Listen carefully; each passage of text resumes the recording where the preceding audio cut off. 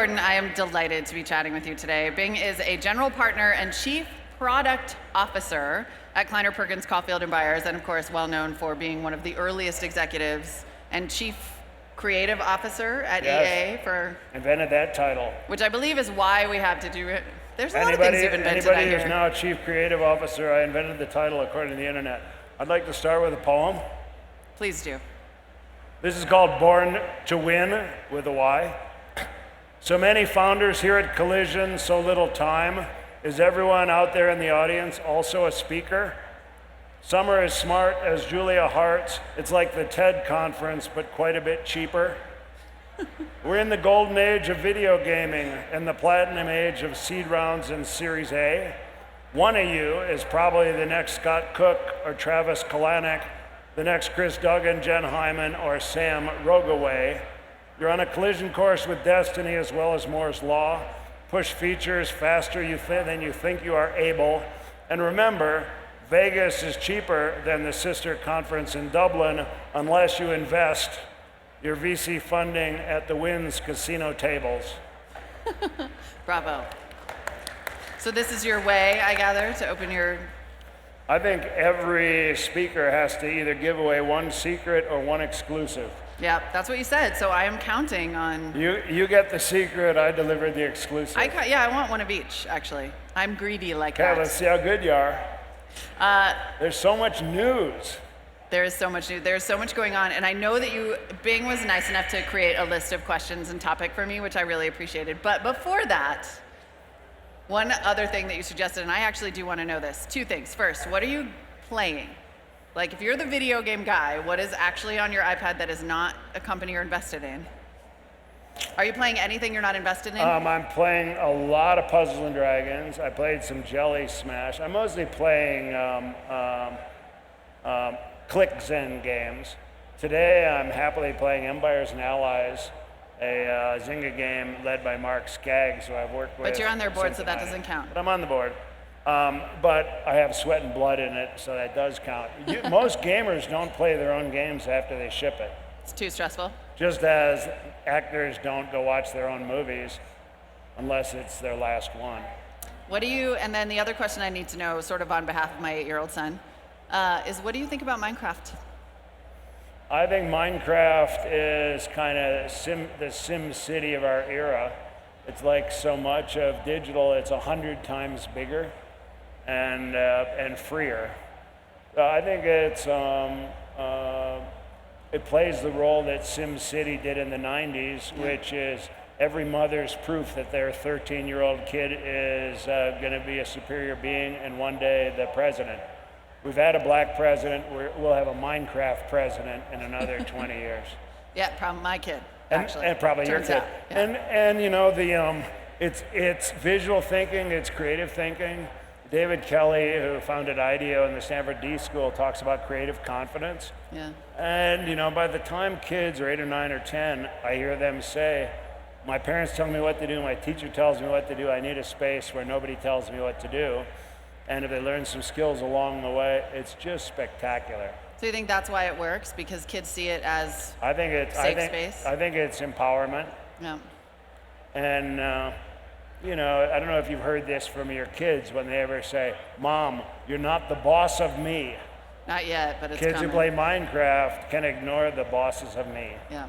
What do you think about the content, the creative ecosystem around it, though? This, you know, all the YouTube videos of other people playing Minecraft and all the tutorial and all this kind of free content. It's not totally unprecedented, but it seems unusual to be around one game like that. Maybe was it because it was not intellectual property? I'm a fan of predictioneering. When we founded Electronic Arts in 1982, we predicted that someday games would be as big as movies or music. Yeah. Who knew music was going to go away? And it's bigger than we ever imagined, you know, by about a factor of 5. And the sharing economy and the video streaming economy of gaming is bigger than we ever imagined. And you know, so when broadband enables sharing, social media enables sharing, I think for your child to grow up competent to be a leader and a producer in the world, they have to understand and be competent at digital sharing. So we did when we launched SimCity 3 and The Sims, we created called Sims Exchange and SimCity Exchange to build what we called a meta game around the core games where people could go to the internet and share and brag and get rated. And that seemed revolutionary at the time, and it was probably core to the Sims success. And Minecraft is just, it's 10x that. When we shipped Spore, we had 100 million user-generated creatures uploaded in the first 100 days. And, my sense is Minecraft is probably about at that number and took 5 years. Yeah. But a Minecraft city is a lot cooler and a lot more person hours than a Spore creature. Yeah. All right, so moving on to your notes, and I did this, luckily this was a simultaneously occurring question. Yeah, could I just give the news you can use? What you guys should know is that on radio, on Marketplace, Molly is trained to talk at 15 words per minute, and at 14 words a minute, she's naturally a little fast, but she has this gift of frequency modulation of words. And for those of you who are media fans, that is going to be useful to all of you to know that someday. And maybe tonight when somebody says, did you get anything out of this collision conference, you could say, at Marketplace, they have to talk between 14 and 15 words a minute.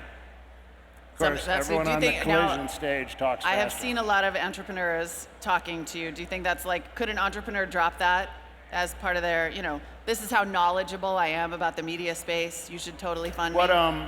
If you've ever read Zen and the Art of Motorcycle Maintenance, there is a sense that quality is in the intent, and the way to connote quality is crazy attention to foolish seeming detail.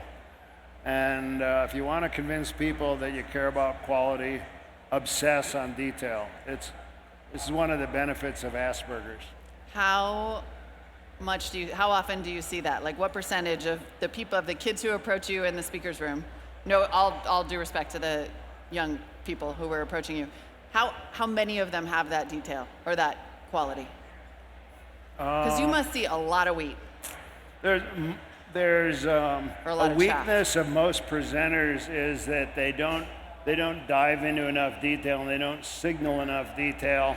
They get the kind of English major breadth, and if the English major breadth is not a great headline, it's kind of a waste of time. Yeah. So, kind of all-consuming broad things are just not very interesting, and it's usually a sign that you're either into wasting time or you don't have something better to do. So if someone is talking to you, if they're making a pitch to you and they don't know, I want to hear, in the future, the world is going to change in the following way, and I have a couple ideas about how to do it, and here they are. But the world's going to change in the following way just has to be, that's the start. And every slide that an entrepreneur does up until that slide is Novocaine. So, don't Novocaine your audience. Start with a vision. Start with a vision.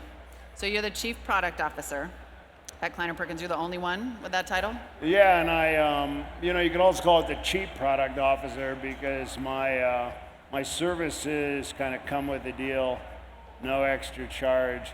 So for frugal entrepreneurs, they get whatever they get, and I pay the gas. So be warned. Yeah, be warned. But you gave me this. If everybody wants to be cheap, if you can make your chiefs cheap, that's pretty good. Given all the discussion about CEO and executive pay, I don't think there's that many cheap chiefs out there, actually. You may stand alone. Well, it's nice to see those founders who take $1 in pay. It is. That's an important issue that we will not get into now. So as you're evaluating, so first of all, what does that mean? What do you do there? Are you evaluating companies? Yeah, in 2014, I met with 100 companies about funding, and I had 225 product sessions that are typically 90 to 120 minutes with a portfolio company. I touched 41 of our portfolio companies, and there are 14 of them that we agreed that I added measurable value, and we kept going at it. And the topics are marketing growth, engagement, retention, and monetization. Right. And most companies have at least one of those already working, and have something else they need to get to work. Like Coursera, the leading MOOC, had growth, had engagement. It was working on retention, didn't have monetization. BetterWorks, a SaaS platform for goal setting, had engagement. We needed to work, and it had monetization. We needed to work on retention. So, how many, like if that's your sort of 4 bullet list metric, how many do most companies need to be able to make it? Do they have to have all 4? Well, ideally, is that the unicorn? So the marketing part is, for those of you who are creating a company, if you get seen as an it company, your valuation doubles. Why? There's, investors want to be part of an it company and they think you can sell it. So that's kind of the market positioning. Growth is everything. In the old days, your PE was 1 times growth rate. So 30% year on year would be a 30 PE. And it's kind of the first measure of valuation is growth rate. And then engagement, so things like Snapchat and Instagram got valued so highly because people are coming back at least every other day. And that would be 50% DAU divided by MAU. So grinding up on engagement is really important. We've seen it go like on Farmville with the wither mechanic from 10% to 35% with one mechanic. Retention is how long people stay. We were talking before about MyFitnessPal. Any of the good for you apps like losing weight or like having a trainer or even seeing a doctor, people use, or going to a health club, most people don't keep at it. So figuring out ways to keep people going at it is important. And we joke that the most valuable game mechanic ever created for retention is a wedding ring. A So powerful if you can social figure out how to cue. do that with your customers, so much better. And then monetization. In this freemium world, even Facebook and Twitter started out at 0. When they got to about 40 million monthlies, they could get about $2.50 per monthly user per year, and now they're both at $10 to $15. So you tend to have product managers for each. For growth, call it growth hacking, retention. I call it retention hacking, monetization hacking, and it's called hacking because it's compounded small steps. So for people that can't program but are good at math, product manager is the path to CEO. Good to know. Write it down. Is there an Go ahead, take control. Oh, I know, right? Write that down, everyone. Is there an over-reliance or an overemphasis, do you think, on any of these metrics from the outside, especially given that the VC money seems to be flowing somewhat freely right now? It feels as though there could be an overemphasis on engagement. Well, anybody who's good with numbers knows that you can lie with numbers, just as anybody who's good with debater knows you can take either side, and lawyers can take either side with the same evidence. The issue with numbers on the internet is different than people think. The issue is the issue of local maxima, that it's really hard to track effects over a long period of time. And so people with numbers tend to be able to prove they're right in the really short term. So you can get righter and righter with small ideas measured in the short term. And of course, the stuff that matters all happens over the long term. So it's almost impossible to figure out how to use the math to connect short-term effects with long-term value creation. NPS, Net Promoter Score, is the single best number, and it's a derived qualitative number. The single best number for figuring out the correlation between short-term effect and long-term effect. There's a guy named Dick Asher who whistleblowed on the payola scandal of the music business back in the 60s. He was on the board of Electronic Arts, and he said in a board, anytime your numbers guys and your creative people disagree, you have to make sure, even though the numbers people sound most believable, you have to bet on the creative people more than half of the time or you'll kill your company. And so even though they come in and they're wearing pajamas and they're looking at the ceiling and they can't hold an argument together, you have to bet on them 51% of the time. Not to generalize. And he also said in the record business, the way to make money was to buy the buildings you house your divisions in because the real estate was always more valuable than the records. Really? Quite a character, Dick Asher. So you're saying every business that you look at, there might be some part of it that is still viable, even if it has an over emphasis on some part of the numbers. That is there a way for you? Like, is there a way for you to evaluate whether the numbers people and the creative people are on the same page as you meet with these sort of would-be entrepreneurs? I look for magic formulas and I listen for magic words. And magic formula is something that we have empirical evidence that we just put more resource in this, it's going to work. And sometimes people have that, and if they do, they usually talk with an empirical tone of voice and show some data. Most early companies do underinvest in their analytics, and they don't really know what's going on.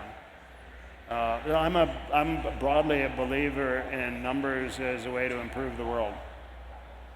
Okay, that seems worthy of writing down too. I think that you don't have to program, you have to understand data structures, but you got to be able to do algebra too. Forget calculus; it's only valuable for winning arguments. When you say analytics, you mean are you a believer in the chief data scientist, the idea that you should have machine learning behind whatever you do? My experience as chief data scientists are mostly, I better not say that. I think that the machine learning people are very data oriented and the data science people are very policy oriented. Okay. So you mean pay attention to your metrics, how well you're doing. When you say analytics, it's not so much. At Electronic Arts, there was a time where we realized that every Madden football game, after it shipped, we threw away all the user data because nobody imagined it would be useful and you understood the cost. And now the cost is like a nickel a gigabyte per month, and it's heading toward free. So the interesting thing about entrepreneurs under age 30 is they take broadband for granted, they take mobile for granted, they take sharing for granted, and they take free storage for granted. People over 30 don't, and it's a real blind spot. So if you're under 30, go compete with people's blind spots. We are getting close to the time, I think, when you promised a secret. So if you had a zinger question to ask, what would it be? What's the best question you've had answered in the last month? Actually, you know what? The best question I've had answered doesn't necessarily get to a secret, but it was this. What is the thing that you're most passionate about that's not work? That is the most interesting. Passionate about not work? Well, it's the NHL ice hockey playoffs. And there was this guy named Gaudreau last night who took a shot, and he hit an area from about 20 feet out, about this big in the goal. I watched the replay again and again. I can't imagine how a human did that. Yeah. And so, we each have our fascinations. Right, but so is it really that bad to work at Amazon? When in doubt, I'd rather be chasing my daughter down a double overhead wave in Indonesia. All right, that was great. Is it really that bad to work at Amazon? No. Oh, no. No, I was living in Astoria, Oregon, and I told my friends, I was a commercial fisherman, I told my friends, I'm leaving the world of commercial fishing and lumberjacking and pot throwing, and I'm going to go to Palo Alto and go to Stanford Business School and get an MBA. And they said, how could you ever do that? People hate when other people do things that don't jive with their own lifestyle. So if you ask people who left, what was it like? They have to say it was terrible. Okay. So the people who are there might like it fine. Do you think they're really going to do that drone thing? It's really hard to do historical journalism. It's hard to get universal sources. So you spin a story with the sources you have. It seems like good advice for evaluating entrepreneurs as well. Whatever. To some extent. I blogged about this on KPCB.com. When entrepreneurs leave the room, the first question is, how great was that person? It's never about the business. It's never about its scale. It's just how great was that person? Because a great single leader can make lemonade out of lemons. And it's really hard to tell if you have, lemons or kumquats or, the best carrots ever made. That seems like a good place to leave it, everyone. Don't be a kumquat. Write that down. Thanks so much for joining us. Thanks.